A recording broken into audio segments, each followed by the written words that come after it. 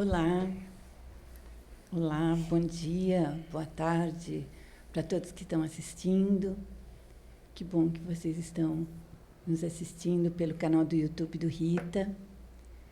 A gente já está com as portas físicas abertas, né? Nós temos palestras públicas às segundas e quintas às 7 da noite, de terça-feira às 10h30 da manhã e de sábado às 5 da tarde. Mas essas palestras gravadas continuam, porque o número de pessoas é bastante reduzido. Então, se você quiser qualquer dia vir aqui nas nossas palestras presenciais, fiquem à vontade, mas não deixe de assistir, porque todos os dias a gente tem uma palavra, uma reflexão de um companheiro da casa. Inclusive, eu falei de porta física, porque a porta do nosso Rita nunca se fechou. A nossa porta é o nosso site, www.rita.org.br.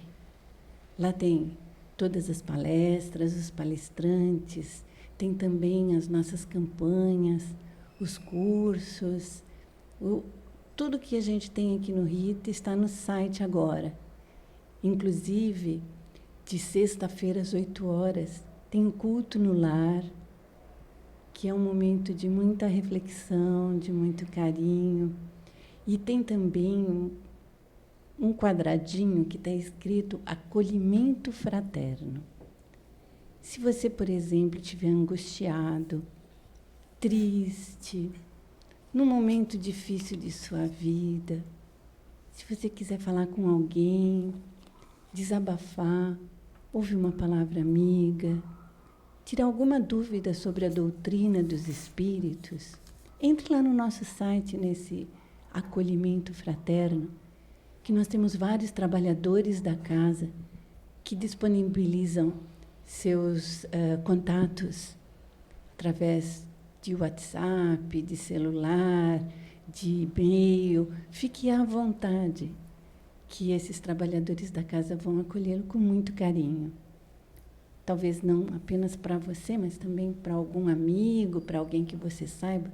Não esqueça de falar para ele entrar. Uma coisinha que a gente está pedindo agora, por causa desse friozinho que está sendo feito, é que a nossa campanha do cobertor, ela fez muito sucesso, graças a todos vocês que colaboraram. Mas agora a gente está pedindo agasalhos. Agasalhos para crianças, principalmente, jovens, adolescentes. Se vocês tiverem algum agasalho que possa ajudar as crianças, os adolescentes lá da Rocinha, a gente agradece muito se puderem trazer aqui na casa. Vamos ouvir agora, então, as reflexões e o trabalho da nossa querida companheira da casa, nossa amiga Roseli Giampietro. Antes, vamos respirar fundo, nos concentrar e fazer a nossa oração de abertura. Senhor Jesus, nosso irmão, nosso mestre querido, bons espíritos que dirigem esse trabalho com tanto carinho, nos envolvam nossa companheira que está trazendo seus estudos, e envolvam todos que estão assistindo nos seus lares. Ajude-nos a nos concentrarmos, a estar com o coração aberto, tranquilo. Pedimos, assim, a permissão de Deus nosso Pai para iniciarmos os trabalhos de hoje. Graças a Deus. Você, Roseli. Obrigada, Miriam. Bom dia a todos que nos ouvem. A gente estava comentando aqui agora que eu gosto de gravar as palestras aqui no Rita pela ambiência, mesmo estando aqui falando com vocês através do canal do YouTube, mas com certeza com muitos irmãos queridos desencarnados aqui, nos assistindo, nos apoiando e nos amparando. O tema que a gente vai falar hoje, vai realmente dar uma refletida, é um tema bem do nosso dia a dia. Por que do nosso dia a dia? Ele se refere a uma relação muito importante do nosso dia a dia, que é a questão dos filhos, da família, e é intitulado A Ingratidão dos Filhos. Até pelo título assim a gente já fica, né, meio pensativo, né? A Ingratidão dos Filhos.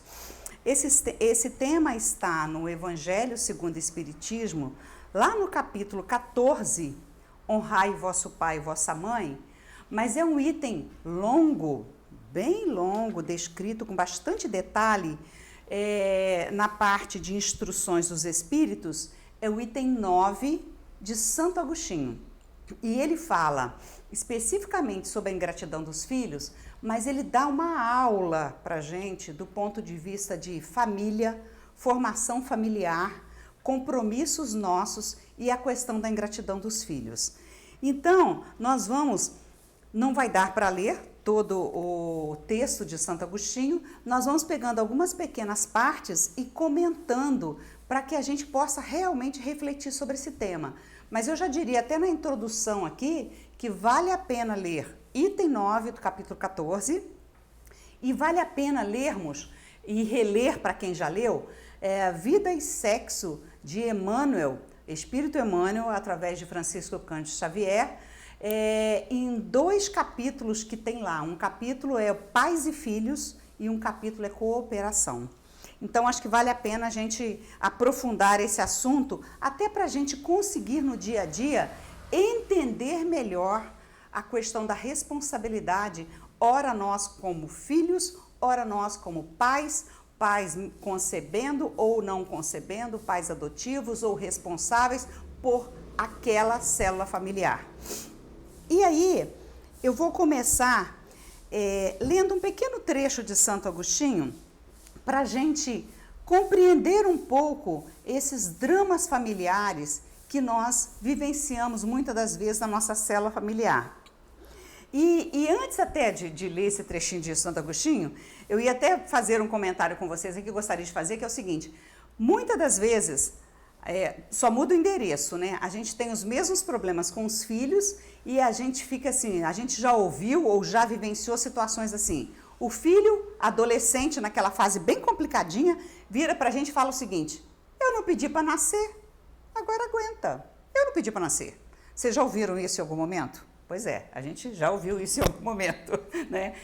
Tem situações que a gente observa, pais que comentam assim: passei a vida inteira me sacrificando, dei tudo para os meus filhos, e agora que eu estou nessa idade, que eu estou adoentado, ou que eu estou numa situação complicada, eu tenho a ingratidão dos meus filhos. Então, para que a gente possa compreender tudo isso, realmente Santo Agostinho dá uma aula para nós. E ele começa esse item 9 da fala dele, da escrita dele, ele diz o seguinte: a ingratidão é um dos frutos mais diretos do egoísmo. Revolta sempre os corações honestos, mas a dos filhos para com os pais apresenta sempre um caráter odioso. Olha até o termo que o Santo Agostinho usa. Ele fala que é sempre difícil a gente entender a ingratidão. E sempre é fruto de egoísmo.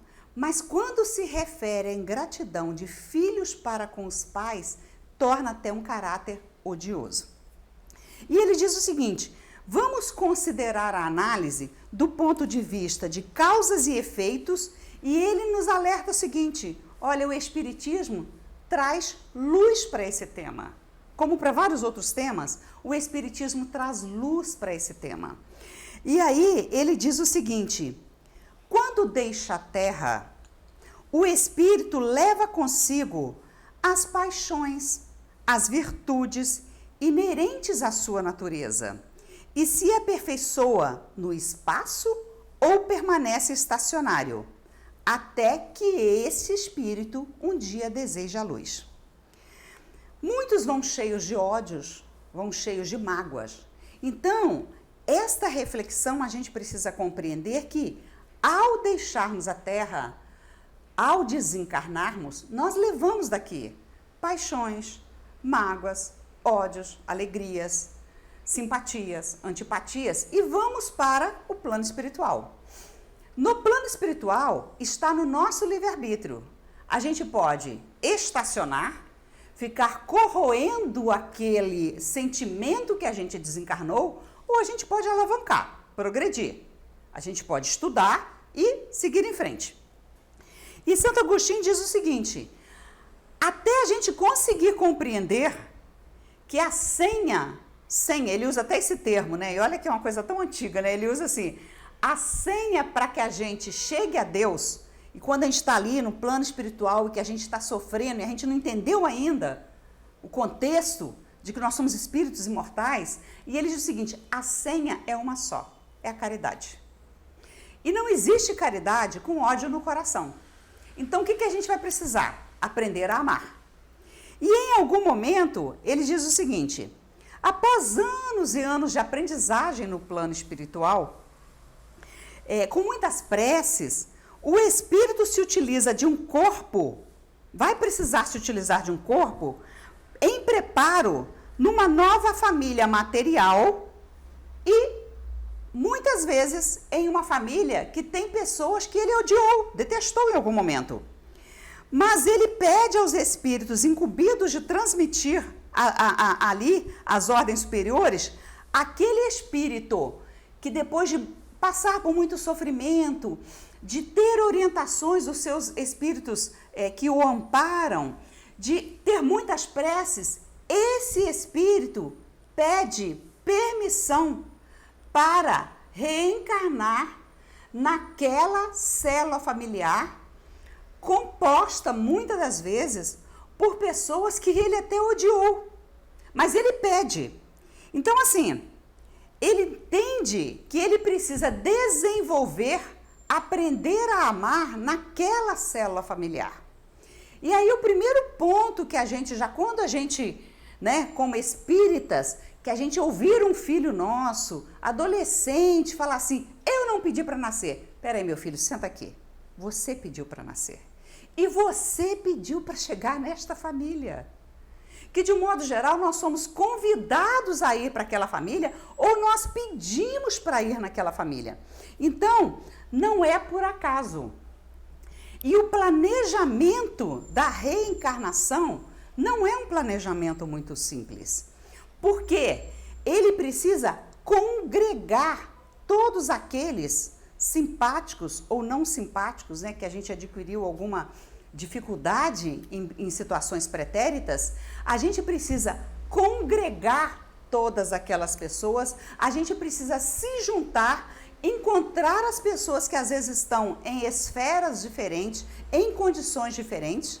A gente precisa achar, combinar, aproveitar aquele momento de programação de paz ou não tão programação assim, que vai haver uma concepção de um físico, de um novo espírito vindo através de um corpo físico. A gente então precisa cuidar de todo este planejamento através dos nossos amparos e amigos espirituais para que a gente consiga estar aqui. Então, assim, não é muito simples juntar todo mundo. A fila está grande, como diz muitos autores, né? A fila está grande para chegar. Então, o primeiro passo que às vezes a gente não compreende é, primeiro, que a gente pediu para reencarnar. A gente quer aproveitar essa oportunidade. Então, talvez o primeiro passo que a gente precisa entender é o seguinte: independente da célula familiar que a gente está nela, independente das dificuldades, independente da forma com que aquela célula é composta ou recomposta, o primeiro passo é gratidão. Tivemos a oportunidade de aqui estarmos, para desenvolver, para aprender e para seguir nossa caminhada. E aí nós fomos lá no livro Consolador, que Emmanuel também, a gente vai ver que tem muita fala de Emmanuel sobre esse assunto. E Emmanuel fala para a gente o seguinte: organizar, planejar os grupamentos para reencarnar na família material não é tarefa fácil. Exige trabalho de nossos benfeitores que nos auxiliam a localizar espíritos que precisaremos trabalhar em favor do nosso progresso, através de resgate para com aqueles que prejudicamos que muitas vezes alimentamos o ódio. Esses resgates ocorrem inúmeras vezes justamente no ambiente do lar. Olha o que o Emmanuel fala para a gente. Primeiro ele fala, a tarefa não é fácil. A gente tem que juntar todo mundo. E ele diz o seguinte, esse resgate, na maioria das vezes, ele é feito dentro do lar. Por quê? A convivência do próximo mais próximo é aquele que a gente tem que aprender a amar. Jesus falava assim, amar ao próximo como a si mesmo e amar o inimigo. Ora, que lugar mais propício para a gente aprender a amar do que o lar? E volto ao ponto, independente do tipo de lar que nós estamos falando, independente do tipo de núcleo que nós estamos falando, é a convivência que vai nos auxiliar neste aprendizado. E aí, só para a gente tentar trazer um pouquinho assim, um exemplo, para quem já...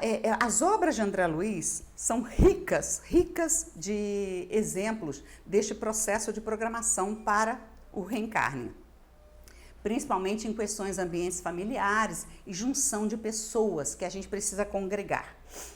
Tem um caso que André Luiz narra, ele estava na Mansão da Paz com Hilário e ele estava sob a coordenação, o suporte ali, o amparo de aprendizagem com Silas e Drúzio.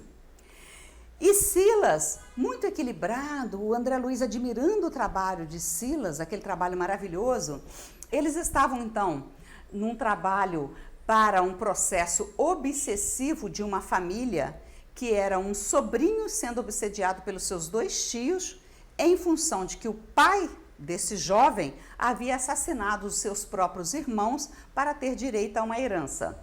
E como aquele jovem hoje detinha aquela herança financeira física, obviamente, os obsessores, os seus tios, estavam ali o assediando. E aí Silas, ali o André Luiz com aprendizado, Silas então observa que aqueles espíritos eram muito inteligentes. E ele começa então, sem questionar, sem julgar, ele começa um trabalho de conversa, de acolhimento com aqueles espíritos. E aí, Silas, numa forma de dizer o seguinte, olha, vamos aqui, todos nós erramos em algum momento, vamos abrir um pouco mais nossos horizontes. Silas conta para aqueles espíritos obsessores e para André Luiz e Hilário, ele conta o próprio drama familiar dele, de Silas. Você vê, o orientador de André Luiz, aquele mentor que André Luiz estava assim, nossa, é um espírito super trabalhador, super do bem. Silas então conta o seguinte, está lá no livro Ação e Reação de André Luiz, através de Chico Xavier. Ele diz o seguinte, olha, eu também vivencio meus dramas familiares. Tem 50 anos que eu procuro uma pessoa para que eu consiga formar uma nova família e reencarnar, ter a oportunidade de reencarne com essa pessoa.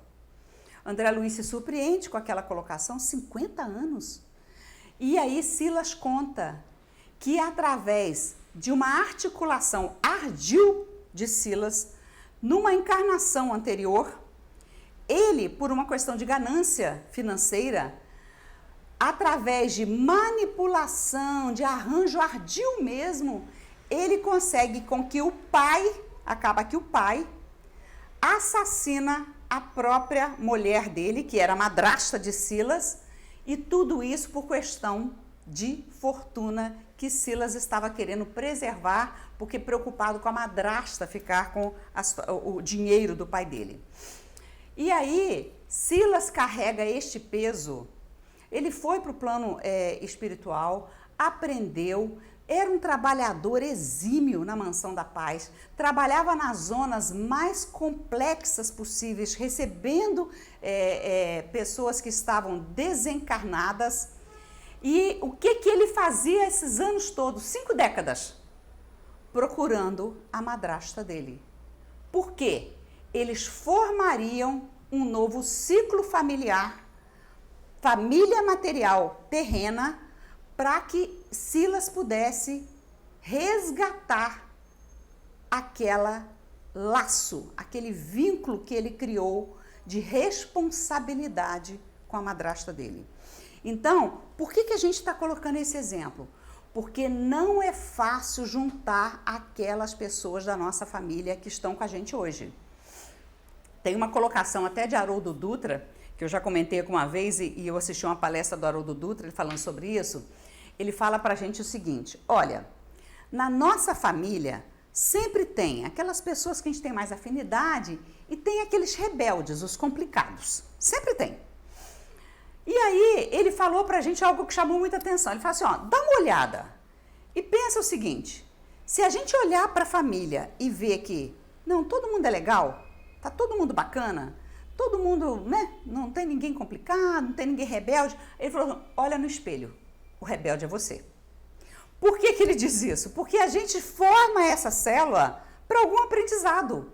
Então, nesta célula, tem realmente situações de antagonismo, tem situações de antipatias, tem situações que a gente não sabe por que a gente tem mais afinidade com determinada pessoa. E com outra a gente tem uma dificuldade um pouco maior. Aquele que é muito diferente de nós e que normalmente a gente precisa olhar isso um pouco melhor, né? Porque aquilo que nos incomoda é o que está incomodando dentro de nós. Aquele ali é que a gente precisa trabalhar para resgatar e aprender a amar. Então, como diz até muitas mães, né? Aquele filho mais complicado é o que precisa de mais amor. Como aquele irmão mais complicado é o que a gente precisa um pouco mais de atenção. Por quê? É ali que tem algo que tem que ser trabalhado. E aí, Santo Agostinho continua. Ele diz o seguinte: depois desse planejamento todo, nós, como, né, o entendimento à luz do Espiritismo, estamos entendendo que nós estamos ali com aquela família que tem algo a resgatar, algo a trabalhar. E aí ele diz o seguinte: qual o procedimento naquela família escolhida? Dependerá da sua maior ou menor persistência nas boas resoluções que tomou. Então, assim, o sucesso, o que nós vamos aprender a amar naquela família, depende da força de vontade que a gente tem de tentar compreender aquele contexto, tentar compreender como espíritos imortais e qual que é o objetivo daquela célula familiar. E Santo Agostinho nos diz algo que aí nos chama a atenção e pode explicar muitas coisas que a gente vive no dia a dia.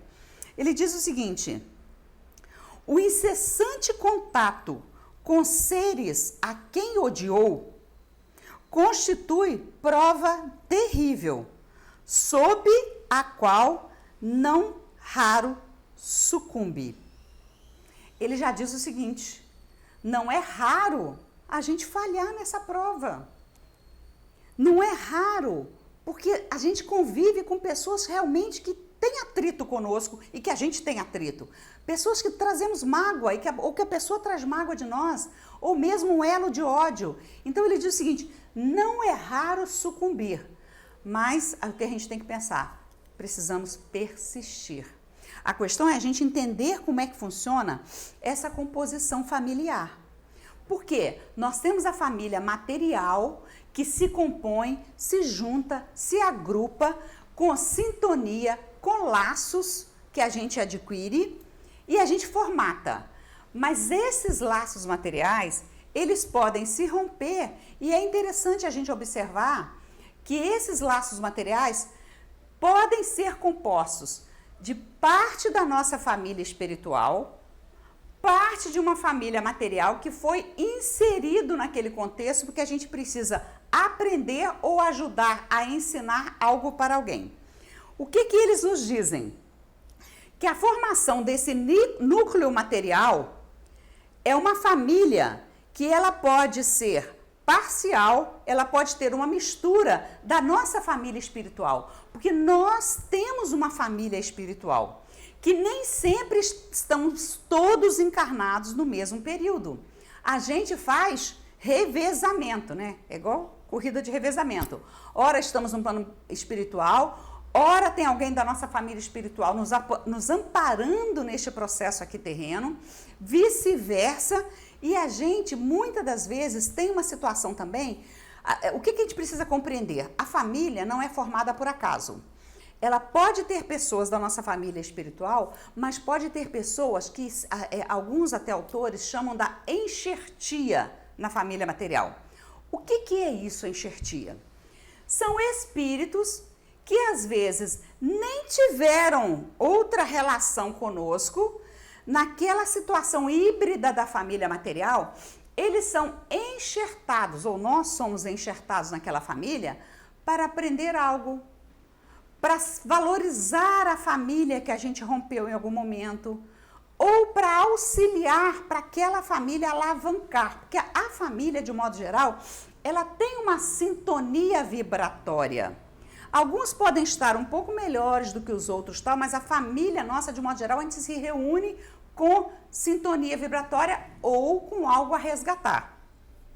E o que é interessante nessa questão da gente compreender essa questão da enxertia é que tem situações, eu até me lembrei quando eu estava analisando isso aqui, de um exemplo, para quem já leu as obras de Ivone Pereira, cada obra realmente maravilhosa dentro da doutrina espírita, com uma mediunidade maravilhosa, ela comenta, que eu não me lembro agora qual é a obra, ela comenta que na última encarnação dela, que ela reencarnou aqui, ela se sentia uma estranha no ninho, uma pessoa estranha àquela família.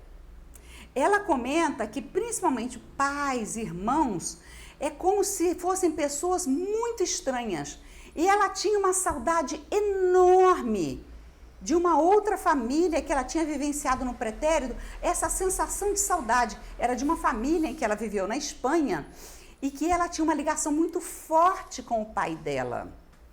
E aí ela comenta, olha que interessante, quer dizer, ela comenta o seguinte, que sentia estranha na sua última encarnação, ela entendia que passava por um processo expiatório de provações, por não ter sabido aproveitar os laços familiares do pretérito.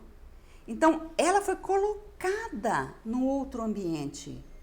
E ela diz o seguinte, ela entendia que vivia momentaneamente aquele insulamento, olha como ela define, insulamento numa outra família, distanciada da sua família espiritual, mas aprendendo a ampliar o seu entendimento de família e aprendendo a consolidar novos laços no entendimento da família maior e a valorizar os laços já construídos. Então, Ivone Pereira nos dá também uma aula sobre essa questão de que ela mesma se sentia num insulamento numa família estranha. Mas será que então foi por acaso? Não, ela precisava aprender, ela precisava valorizar a relação com a família espiritual dela, porque ela mesma diz que ela não havia aproveitado esses laços numa encarnação anterior. Então, em qualquer situação que a gente analise, chegando aqui com pessoas antipáticas ou antipáticas, espíritos ao nosso espírito, numa situação de enxertia, que estamos vivendo um insulamento, estamos estranhando essa família, existem até situações de algumas literaturas que a gente observa, de crianças, e até muitas pesquisas sobre reencarnação vêm nessa linha, crianças que, quando pequenas, por exemplo, teve até um caso de uma criança aqui no sul do nosso país que vivenciava uma situação, ela como criança, de um estranhamento com aquela família dela. E ela não falava o português, nem o alemão, que era uma colônia alemã lá no sul do Brasil. Essa criança era completamente isolada, ela não se sentia fazendo parte daquela família, era estranha aquela família, e ela, quando começou a falar em inglês, e ela começou a descreveu uma outra família que ela tinha vivido numa outra região, que foram pesquisar, aquela família existia, uma pessoa existiu naquelas características. É interessante a gente observar isso, porque a gente observa até pelos processos de aprendizagem, de pesquisas do processo reencarnatório, que este processo familiar se dá através dessas ligações, desse processo reencarnatório, para que a gente aprenda, cresça e siga através do nosso progresso. Com que objetivo? Qual que é o objetivo? É ampliar cada vez mais a nossa família espiritual, porque ela não é estanque, ela também está progredindo. Essa família, vamos dizer, a família material, ela é um processo de uma pequena célula. Depois, a gente vai se relacionando com outras pessoas, aprendendo a amar, que começam a fazer parte, o quê? Da nossa família material, espiritual. De tal forma que vire um dia uma grande família universal, através do amor divino, para que a gente realmente consiga compreender que a nossa evolução não se dá por si só. Ela se dá em coletividade, em cooperação. Aí nós temos a lei da cooperação. É compreender que a gente alavanca o ambiente que nós estamos. A gente, fazendo luz na nossa família, a gente projeta luz ao redor. E assim a gente vai ampliando, fortalecendo esses laços que são mais frágeis da família material, fortalecendo para os laços espirituais, de tal forma que a gente vá evoluindo para a grande família universal. Tem uma fala ainda de Emmanuel, e a gente observa como que a gente vai falar de família, a gente lança a mão das falas de Emmanuel, né? Também no livro Pensamento e Vida, ele diz o seguinte: da glória divina, as balizas subatômicas, o universo pode ser entendido como uma cadeia de vidas que se entrosam na grande vida. Então vamos pensar, grupos, núcleos, né? Só para a gente não pensar só naquela estrutura familiar que a gente pode estar sedimentado na nossa cabeça, que é um modelo só. Grupos, núcleos, tem responsabilidade para criar alguém, tem responsabilidade para receber uma criança, tem convivência com pais, tem convivência com irmãos, tem convivências com pessoas que têm um laço de simpatia. Essas cadeias vão se juntando, esses núcleos vão se agregando e nós então começamos a dar uma amplitude na nossa família espiritual. Entrosados na grande família universal. Esta é a finalidade. Então, quando a gente vai reencarnar, existem processos de convite, existe processo, eu quero ser o primeiro da fila, existe processo de atração magnética por necessidade, causa e efeito, né? E a gente então se junta e através de pendências morais, de laços que nós fomos adquirindo um com o outro, nós então estamos aqui. E aí, Santo Agostinho ainda nos diz o seguinte, eu estou indo lá em Santo Agostinho, fazendo alguns comentários, mas eu estou sempre me baseando na fala de Santo Agostinho. Ele diz o seguinte: formam famílias, espíritos, que analogia dos gostos, identidade do progresso moral, afeição, induzem a reunir-se. Esses mesmos espíritos em migrações terrenas se buscam, se agrupam.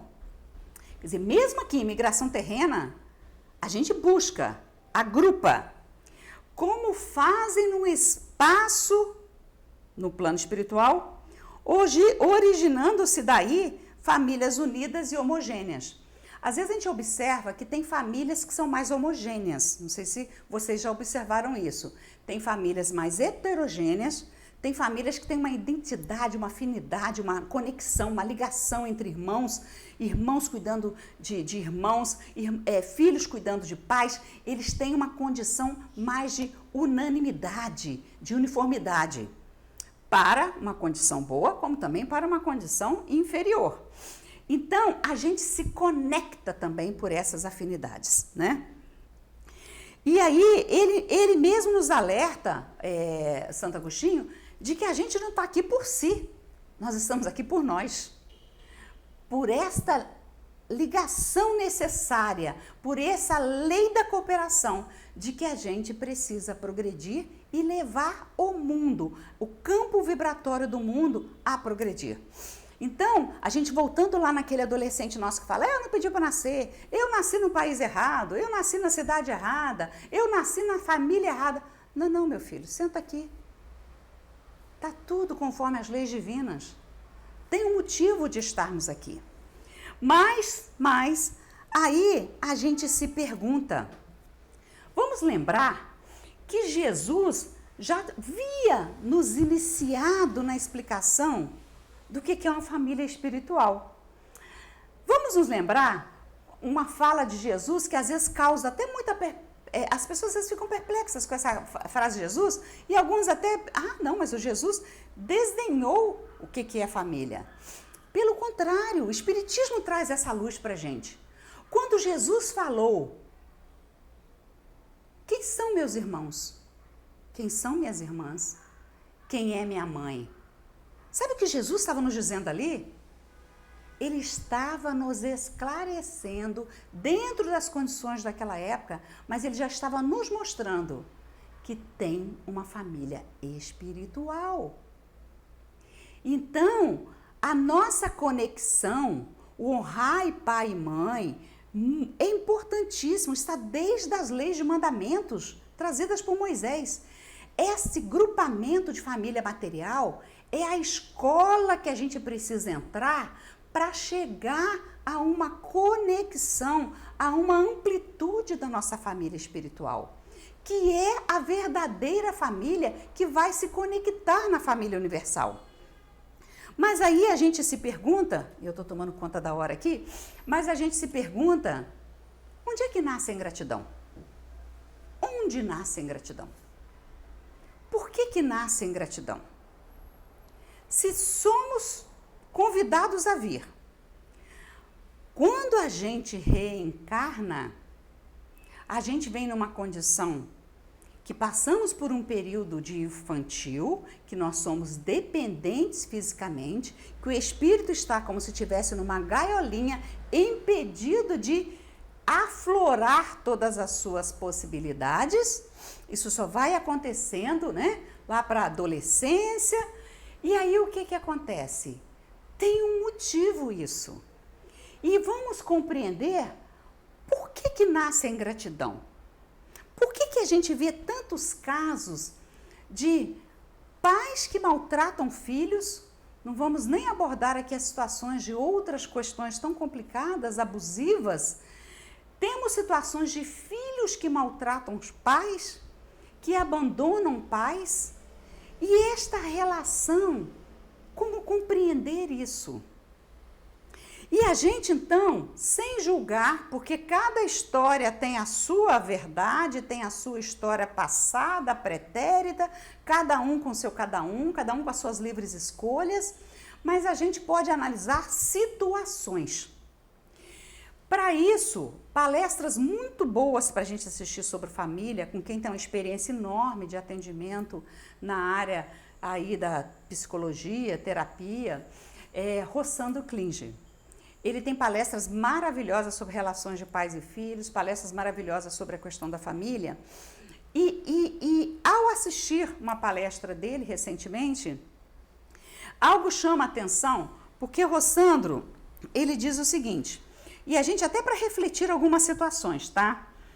Tem situações de ingratidão que às vezes até os pais ou os responsáveis foram super responsáveis realmente pela educação daquele espírito, orientaram direitinho, mas são situações que já vieram com um espírito muito rebelde, às vezes até ele é inserido naquele processo reencarnatório de forma contrariado, mesmo com todas as informações que ele recebe, com a orientação que ele recebe, com educação, ele é um espírito muito rebelde. Ele não está aproveitando aquela encarnação para dar um passo para progredir. Então, tem certas situações que este espírito tem dificuldade de aceitar aquela família, se revolta, se revolta com a condição, às vezes, que aquela família luta com tanta dificuldade, com tanto carinho, se revolta com os pais, não aceita aquela condição. Estes espíritos, realmente, por esta condição moral, por não ter conseguido captar, assimilar o que foi passado para eles, podem realmente, na terceira fase da etapa reencarnatória dos pais e tudo, ter muita ingratidão e às vezes até quando mais jovem, realmente assim, ter uma relação dificílima com os pais e de total ingratidão. Mas o Rossandro nos alerta para uma segunda situação. A segunda situação é o que se chama de ingratidão provocada. O que é ingratidão provocada? Bom, os filhos vieram, as crianças vieram, com aquele equipamento, né, insulado ali, num corpo físico, dependente dos pais, para aprender com os pais. E a ingratidão, nós já não lemos lá com Santo Agostinho quando fala que a ingratidão tem a ver com o egoísmo? Então, um alerta que o Rossandro faz para a gente, ele em atendimento de consultório, ele diz o seguinte, por estudos e tudo, ele fala o seguinte, geralmente os filhos sem limites costumam apresentar ingratidão para com os pais quando estes envelhecem e dependem de cuidados. Olha o alerta que o Rossandro traz para a gente. Naquela fase, principalmente até os 7 anos de idade, que o espírito está ali dependente, ele é mais moldável a assimilar aprendizagens. Então, se nós como pais, ou responsáveis, ou avós, ou quem está responsável por conduzir aquele espírito, aquela criança, se a gente alimenta o egoísmo, se a gente alimenta o conceito de vivenciar para ter e não para ser, se a gente apresenta para eles todos os cursos possíveis, aula disso, aula daquilo, natação, inglês, alemão, não sei o que, balé, tal, e não apresenta Deus, não apresenta Jesus, não apresenta a vida moral, não tem uma prece dentro de casa, um culto, uma leitura saudável, e a gente alimenta o egoísmo. A gente tem visto, e Rossandro alerta sobre isso, a gente tem visto verdadeiros reizinhos já maltratando os pais desde criança, que os pais não conseguem colocar limite. E ele justamente, ao atender muito público, muita gente nessa área, ele nos alerta, sem limites, vão apresentar, de um modo geral, ingratidão. Então, esta é a ingratidão que a gente diz provocada, que é claro que aquele espírito também, se ele tiver uma condição moral melhor, tem até situações que ele não recebeu nada dessas informações, não recebeu limite, alguém nem mal cuidou dele, chegou na vida aí, mas ele tem uma condição moral já mais elevada. Então, quando ele desperta, já numa fase de adolescência, de jovem, ele desperta, ele é conduzido, ele tem amigos espirituais, família espiritual, ele consegue até mesmo cuidar dos pais que não souberam cuidar dele. Que coisa linda de aprendizagem de amor isso. Não recebi, mas vou doar. Não me ensinaram, mas eu estou aqui para amar. Então, nós temos inúmeras situações que não dá para a gente dizer, não, tal situação é essa, ou fazer uma análise, ou até mesmo julgar. Mas é muito importante nós compreendermos a responsabilidade da criação dos filhos, da criação daqueles que estão sob a nossa responsabilidade de alguma forma. Porque só para a gente já ir fechando aqui, vou fechar com uma fala ainda de Emmanuel, que ele diz o seguinte, os filhos não pertencem aos pais, entretanto, de igual modo, os pais não pertencem aos filhos. Uma coisa que a gente precisa compreender Compreender é que nós somos consciências livres e independentes. Mas nós estamos naquela relação da família ali para algum aprendizado. E esse ciclo de que reencarnamos dependentes, depois crescemos, somos jovens, e vem um outro ciclo que os nossos pais ficam dependentes, isso não é à toa, isso não é por acaso. É o ciclo da aprendizagem do amor. Então, quando a gente parar para pensar nisso, é claro que tem situações aqui que extrapolam o limite de convivência e é muito importante nós deixarmos bem esclarecido que a doutrina espírita, ela não define modo comportamental de que a gente tem que vivenciar de tal maneira, tem que suportar determinadas situações. Cada um de nós tem seu livre-arbítrio. Mas é importante compreendermos que nós somos consciências livres. Nosso filho é consciência livre. Nossos pais são consciência livre. Ninguém é dono de ninguém. Estamos aqui para crescer. Quando a gente compreende isso, essa imortalidade da nossa alma e o objetivo que nós estamos aqui, fica mais palatável, vamos dizer assim, aprender a amar. E se não tiver condições de amar, porque houve um conflito, houve uma situação que ultrapassou todos os limites, que a gente aprenda a não odiar. Sabe por quê? Porque aqueles laços que a gente constrói, quando é ódio, quando é mágoa, vira nós. E em algum momento à frente, nós vamos ser convidados a conviver com aquela pessoa que a gente deu um nó. Então, é melhor aproveitar essa experiência.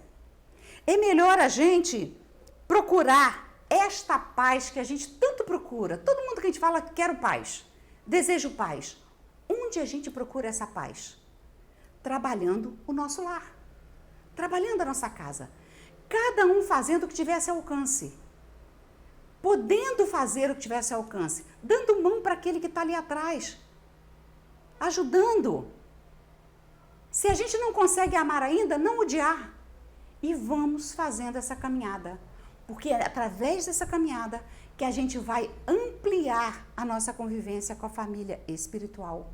E que a gente vai conseguir melhorar tanto o nosso ambiente, como espalhar luz para o campo que a gente vive, planeta Terra.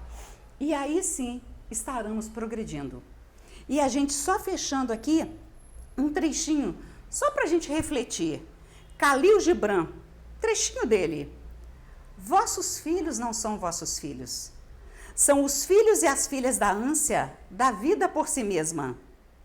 Vêm através de vós, mas não de vós. E embora vivam convosco, não vos pertencem. Podeis outorgar-lhes vosso amor, mas não vossos pensamentos, porque eles têm seus próprios pensamentos. Podeis abrigar os seus corpos, mas não suas almas. Que a gente aprenda a respeitar essa individualidade e que a gente assuma a responsabilidade de aprendizado, de amar aquela criança que está sob a nossa responsabilidade e de amar aos nossos pais quando precisarem, independente de julgamento desta existência. Porque nós não temos a mínima ideia do que foi a nossa convivência no pretérito. Que Deus nos abençoe e que a gente continue na busca do aprendizado pelo amor. Obrigado, Roseli. Essas reflexões sobre pais, filhos, nossas famílias, isso é muito importante. Obrigado por seus estudos, pelas suas reflexões que você trouxe hoje. Vamos fazer a nossa prece final, pedindo a Jesus, nosso Mestre, aos bons espíritos que aqui nos envolveram, que envolvam também nossa família, que envolvam aqueles que têm uma convivência fácil conosco e que envolvam aqueles cuja convivência não é tão fácil. Ajude-nos a aprender, a conviver com todos e a esse amor que a Roseli acabou de dizer para a gente.